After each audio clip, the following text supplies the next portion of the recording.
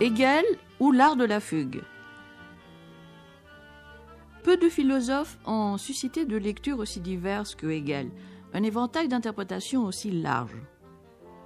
À l'une des extrémités, on trouve Hegel révolutionnaire, dont le système est l'algèbre de la révolution, dit Alexandre Herzen, anarchiste russe du siècle dernier. Tandis que Lénine, de son côté, lecteur attentif de la logique, croit y découvrir la logique du capital, en quoi d'ailleurs il ne se trompe pas. Quant à Marx lui-même, on sait qu'il s'est déclaré ouvertement disciple de ce grand penseur dans la postface à la deuxième édition allemande du Capital, et il a même été jusqu'à flirter, dit-il, coquettieren, avec son vocabulaire très particulier dans la théorie de la valeur. Flirt qui a d'ailleurs abouti à un mariage consommé, tant et si bien que le renversement de la dialectique dans cette même postface que je viens de citer, qui devait mettre la dialectique sur ses pieds, a fourni à des générations de marxologues la bouteille à l'encre. Maintenant, à l'extrémité opposée, Hegel est aussi promu maître penseur de l'Allemagne hitlérienne et du monde germanique, notamment par des juristes tels que Carl Schmitt et Karl Lahrens. Ce qui fait que plus tard, l'école de Francfort, Adorno en tête, verra dans ses dimensions totalitaires plus qu'un simple accident herméneutique. Elle y découvre l'essence de l'hegélianisme et le germe de Auschwitz.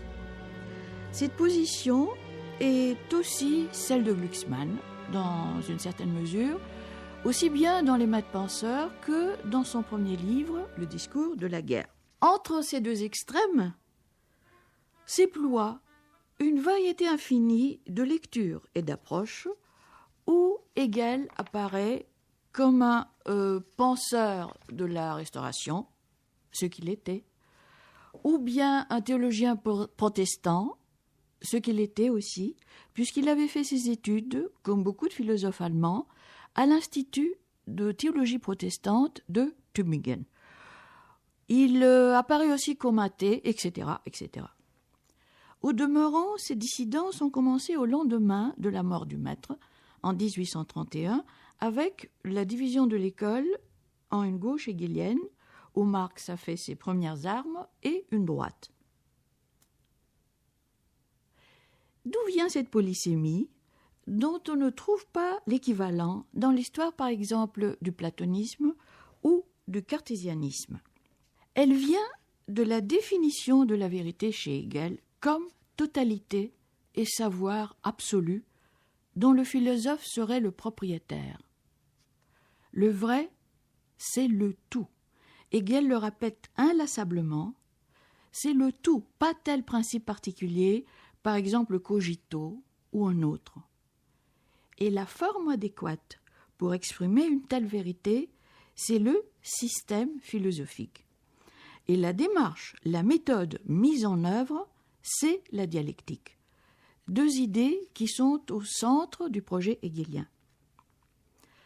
Quant au système de Hegel, dont le pouvoir digestif intègre et assimile toutes les philosophies du passé, il est exposé dans les 3 éditions de l'Encyclopédie des sciences philosophiques. Ce savoir absolu est donc total et définitif. Dès lors, chaque hegéliastre pourra privilégier et retenir dans cette totalité le thème de son choix. Celui-ci, le théologien, celui-là, la philosophie de l'histoire ou de l'État, ou l'aristotélisme, chacun selon ses goûts. Une autre source d'ambivalence vient de la méthode dialectique. Dans la mesure où elle identifie le réel et l'idéal, on peut y voir ici encore, à l'œuvre, soit un idéalisme, soit un réalisme, soit tout autre isme. Or, précisément, la dialectique se prête à cette polysémie, justement parce qu'elle n'est pas une méthode à la cartésienne, appliquée par le philosophe du dehors à l'objet du savoir. Elle n'est pas non plus un organon au sens aristotélicien, un instrument qui permet de s'emparer de la vérité comme on attrape un oiseau à la glu, dit Hegel dans la phénoménologie de l'esprit.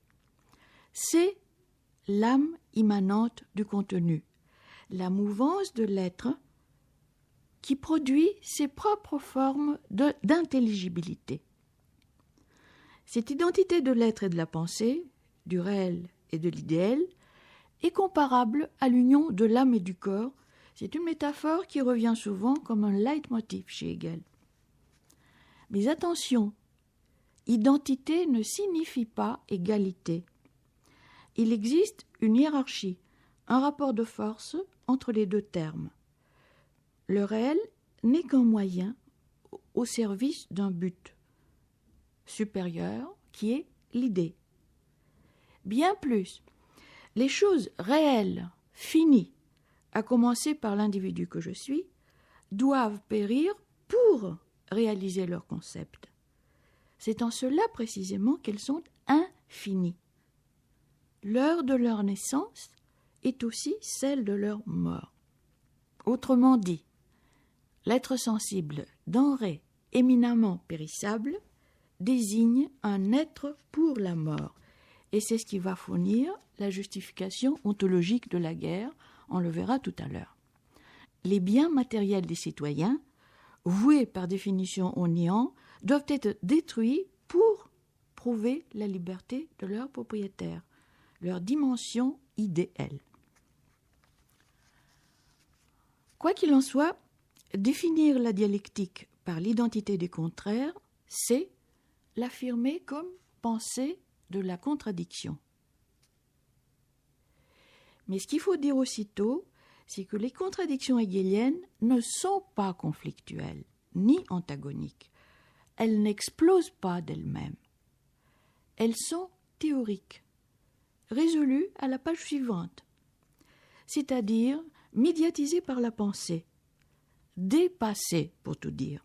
Cette notion de dépassement, Aufhebung, est essentielle au procès dialectique, en ce sens qu'elle substitue chaque fois à l'opposition l'identité des contraires. Et cela par la triple fonction de l'Aufhebung, qui est de conserver certains aspects d'une étape logique ou historique, d'en supprimer d'autres et d'élever le tout à une structure supérieure. Ainsi, par exemple, le monde chrétien a d'une part conservé l'idéal grec de la liberté, mais en même temps supprimé l'application restrictive à quelques-uns, à une minorité. Et tout à l'heure, nous verrons comment la morale dépasse tranquillement, sans problème, le droit, alors que chez Kant, elle s'en sépare par un abîme infranchissable. Bref, pour le dire par un terme barbare, la dialectique est processuale. Elle fait intervenir le temps, le devenir, l'histoire dans la structure de la raison et se démarque par ce trait de la logique formelle. C'est sans doute l'aspect le plus original du projet hegelien, prendre en compte le temps, le mouvement de la pensée. Aspect dont il existe un précédent dans l'histoire de la philosophie, celui d'Héraclite. Mais comment penser le mouvement? Comment scander le devenir? Je ne peux le saisir que comme résultat, comme devenu, à travers trois termes. Sa position, la réalité de son être, la négation de cette réalité, qui est son caractère idéal, pensée, et la négation de cette négation qui montre la réalité comme un mélange d'être et de néant, de réel et d'idéal, voué au devenir. Ces trois moments dialectiques procèdent moins de la logique formelle que du langage musical. ce sont des manières de phraser le mouvement de la pensée, de battre la mesure. Au premier thème répond nécessairement le second, qui amène le troisième, et ainsi de suite. Les portées et les séquences de la dialectique obéissent à des règles rigoureuses, analogues à celles du contrepoint, si bien qu'on peut lire la polyphonie hegelienne à la verticale comme une partition de musique en situant chaque thème, chaque voix sur les harmoniques où il se joue. L'impression de répétition mécanique que donne parfois la lecture de Hegel, où l'on croit savoir d'avance ce qui viendra après, n'est pas très différente de celle qu'on éprouve en écoutant une page de musique classique, rythmée de façon très précise. Par exemple, une fugue dont les thèmes se développent selon des règles non moins précises. De cette polyphonie, nous allons suivre deux séquences, deux parties du système que Hegel lui-même avait étroitement associées. La logique, pour cette première émission, le thème théorique dans ses grandes lignes, et la philosophie du droit. Pour la deuxième émission, il s'agira de suivre la dialectique de la liberté, telle qu'elle est exposée dans un texte politique fondamental, les principes de la philosophie du droit, paru en 1821, sous la censure prussienne imposée 2 ans auparavant. Voici quelques livres autour de ces deux thèmes. Pour la première émission, Herbert Marcuse, Raison et Révolution, édition de Minuit, la première partie seulement, où Marcuse expose le système hegelien de façon très claire et pertinente. Ensuite, Hegel, La science de la logique, traduction Bourgeois, édition Vrin. Enfin, Fleischmann, La science universelle, édition Plomb. Pour la deuxième émission, Hegel, Principe de la philosophie du droit, traduction de Raté, édition Vrin. Denis Rosenfield, Politique et liberté, structure logique de la philosophie du droit de Hegel, édition Houbier. Jacques Tamignot, Naissance de la philosophie hegelienne de l'État, édition Payot, collection critique de la politique. Et enfin, Hegel, La raison dans l'histoire, traduction Papaioannou, collection 10-18. Ce choix qui associe logique et politique n'est pas arbitraire. C'est aussi celui de Hegel. Il y a d'abord les signes extérieurs qui le confirment. Ces deux parties du système sont les seules que Hegel ait jugées dignes d'une publication à part. En effet, le système hegelien est un triptyque. Le premier volet, c'est la logique.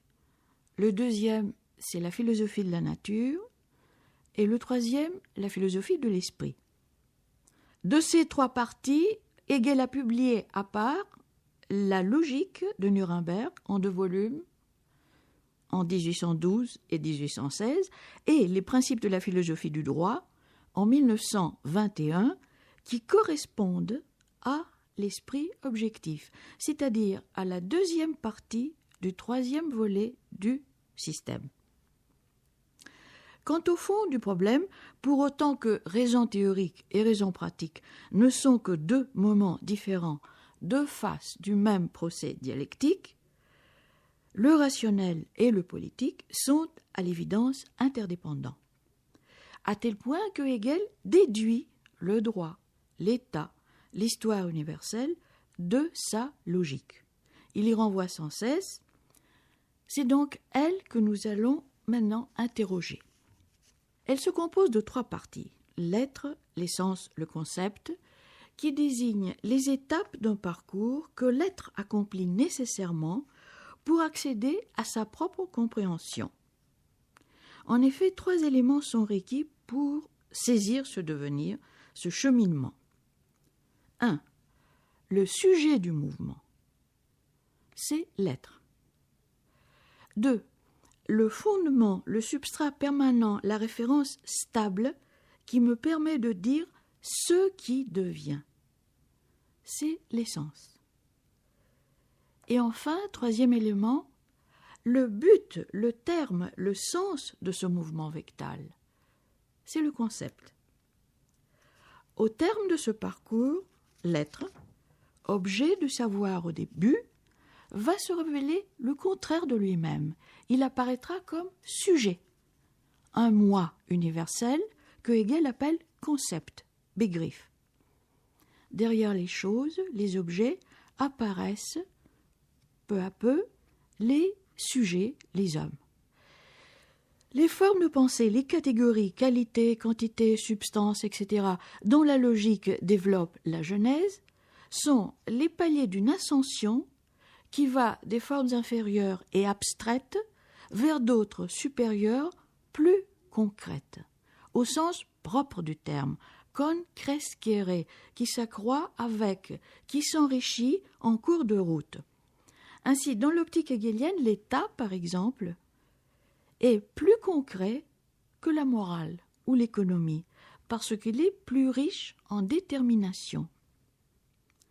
Le moteur de cette dialectique, c'est la tension, l'opposition entre ce qu'une chose est en soi, c'est-à-dire dans son concept abstrait, ses virtualités, ce qu'Aristote appelle l'être en puissance, to dynamion, et sa forme d'existence actuelle. Qu'il s'agisse des catégories de l'être sensible ou de l'essence, c'est-à-dire de la réflexion, ou du concept, nous n'avons pas affaire à des formes subjectives de pensée, comme chez Kant, mais à des prédicats de l'être, à des structures, des dimensions ontologiques. Ainsi, lorsque nous définissons l'État comme substance dont les citoyens sont des accidents, il ne s'agit pas d'un schéma épistémologique. Cette relation engage la vie, le mode d'être des citoyens. La première séquence de la logique se développe en trois portées: qualité, quantité et mesure. Chacune de ces catégories, dans son déroulement, dans son mouvement effectif, son application au monde réel, va se révéler le contraire d'elle-même. Ainsi, la qualité d'un objet quelconque ne peut se distinguer d'une autre qualité que par référence à un commun dénominateur. Ce qu'il y a de commun entre une paire de chaussures et un sac de blé, c'est la quantité, la somme, le temps de travail nécessaire pour les produire.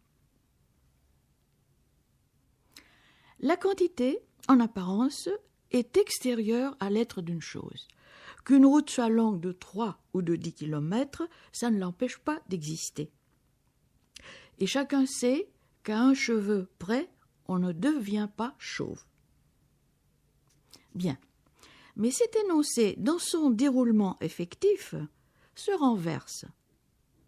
Arrive un moment où un cheveu, le dernier, peut faire de Dupont un chauve. Cette dimension nouvelle de l'être, où une quantité se définit par la qualité, où 40 degrés de fièvre révèlent une qualité de santé, s'appelle la mesure, qui correspond à la mésotès grecque, le juste milieu entre deux excès dont Aristote définit la vertu. Qu'est-ce que c'est que le courage ? C'est un juste milieu entre l'excès de témérité et l'excès de lâcheté. Ainsi émerge une seconde dimension, l'essence. L'être sensible, par duplication, par scissiparité, par son mouvement propre, produit son double. Un deuxième être plus vrai, l'essence, la réflexion. L'être sensible et immédiat, par sa dynamique, développe ses propres formes d'intelligibilité, sa réflexion interne au sens de refléter et de réfléchir. Il se révèle comme rapport à soi, comme relation. Rapport de cause à effet, d'identité, de différence, et ce n'est pas nous qui projetons sur le monde sensible ces formes, c'est le mouvement du monde, sa dynamique. Ce qu'il faut souligner ici, c'est que l'essence n'est pas coupée, séparée de l'être, comme par exemple les idées chez Platon. La réflexion est produite par le mouvement propre du sensible à un certain tournant de son devenir, sans discontinuité, sans rupture, dans une coulée homogène d'un seul tenant. Moyennant quoi, la dialectique se définit comme philosophie spéculative, qui reflète in speculo, dans un miroir, le mouvement du monde. C'est par ce passage sans rupture de l'être à l'essence que l'identité de l'être et de la pensée est scellée. Le système hegelien n'est pas un discours sur l'être, c'est le discours de l'être. L'essence assure la permanence du sensible, dont elle représente aussi le dépassement. Qu'est-ce qui est conservé dans ce dépassement? Eh bien, c'est l'idée du savoir. Qu'est-ce qui est nié? C'est le sensible immédiat. Et les deux sont promus à une nouvelle structure, l'essence, qui assure la permanence de l'être et lui confère durée et stabilité.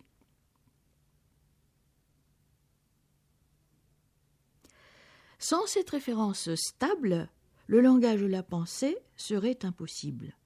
Soit l'affirmation d'Héraclite « tout est fluent, tout s'écoule, panta rei ». Si cet énoncé lui-même était aussi en mouvement, il serait impossible d'en parler. D'où la nécessité d'une référence stable, répétons-le, qui rende compte du devenir.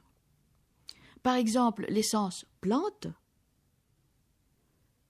se maintient et demeure à travers ses formes particulières, le germe, le fruit, la fleur, etc. Une telle totalité qui est antérieure aux parties et indifférente à ses formes spécifiques d'existence, nous l'appelons aussi un universel.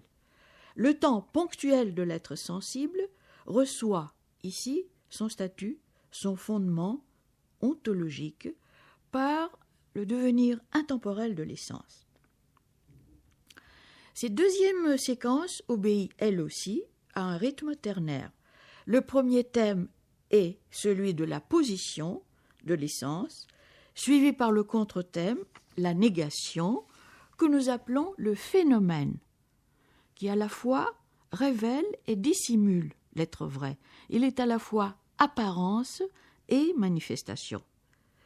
Le troisième thème, vous l'avez deviné, c'est celui de l'union des contraires. C'est la réalité effective, la Wirklichkeit, l'unité de l'essence et du phénomène, cette catégorie typiquement hegelienne dont nous verrons tout à l'heure les implications. Par le fait que l'essence émerge de l'être sans discontinuité, sans rupture, comme son prolongement,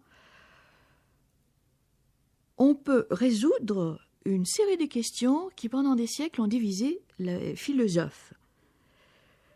Ces problèmes reçoivent ici une solution comparable à celle de l'œuf de Christophe Colomb. S'agit-il de savoir si l'essence précède l'existence? C'est bien simple. Essence et existence sont des termes d'une relation nécessaire. C'est dire qu'ils sont à la fois opposés et unis. Quant au rapport si compliqué entre phénomène et chose en soi, le monde en soi, qui ont tellement préoccupé Kant et tout l'idéalisme allemand, là encore la réponse est facile. La chose en soi, comme tout être en soi, en puissance, virtuelle, est appelée à se développer, à se révéler intégralement dans le phénomène.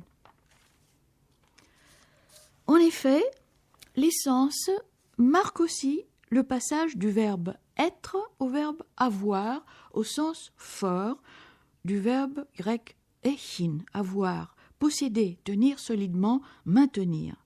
Les choses ne sont plus des qualités sensibles immédiates, elles ont des propriétés. C'est pourquoi la chose en soi, quoi qu'en pense Kant, est appelée à actualiser toutes ses propriétés, virtuelles et intérieures. Telle est précisément la teneur et la vocation de la réalité effective, la Wirklichkeit, la troisième étape essentielle.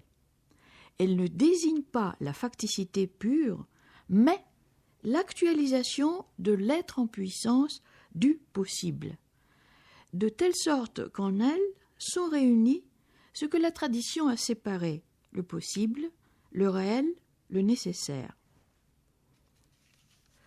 Or, constater le nécessaire, le comprendre, c'est déjà le dépasser. Si l'avion vole, c'est que l'homme a pu comprendre et maîtriser la loi nécessaire de la chute des corps. La liberté n'est donc pas le contraire, ni la négation de la nécessité, c'est la nécessité comprise. Justement, cette prise de conscience définit la liberté du concept et introduit la troisième séquence, la logique subjective. Ce terme de concept, Begriff, de begreifen, qui signifie saisir, comprendre, n'a que des rapports lointains avec celui de la logique formelle. Il ne s'oppose pas à l'être, au contraire. Il désigne l'être véritable, authentique, parce qu'il se comprend. Il désigne un moi à la fois singulier et universel. Je cite, « Le concept est inhérent aux choses, ce par quoi elles sont ce qu'elles sont. » Fin de citation, Encyclopédie, premier volume, paragraphe 166, additif. Entendons par là une rationalité qui imprègne le réel, qui n'est donc pas une simple forme logique. La réalisation vraie et adéquate du concept, c'est l'idée. Et voilà qui oppose radicalement Hegel, aussi bien à Platon qu'à Descartes et à Kant. L'idée hegelienne n'est pas seulement régulative. Elle ne désigne pas un idéal, un devoir irréalisable. Elle donne à voir, comme son nom l'indique. Elle donne à voir le visage vrai des choses. Eidos, au sens premier du terme, signifie visage. C'est pourquoi Hegel pourra dire que l'État réalise l'idée de la liberté. L'idée est inclusive du réel, si bien qu'elle apparaît d'abord sous la forme de vie, d'un dialogue entre l'âme et le corps. De même, l'idée de la vérité ne procède pas de la connaissance, mais de l'être. Tel objet est vrai, nous le verrons à propos du droit, dont la réalité est conforme au concept. L'idée n'est donc ni au-dessus, ni hors du temps.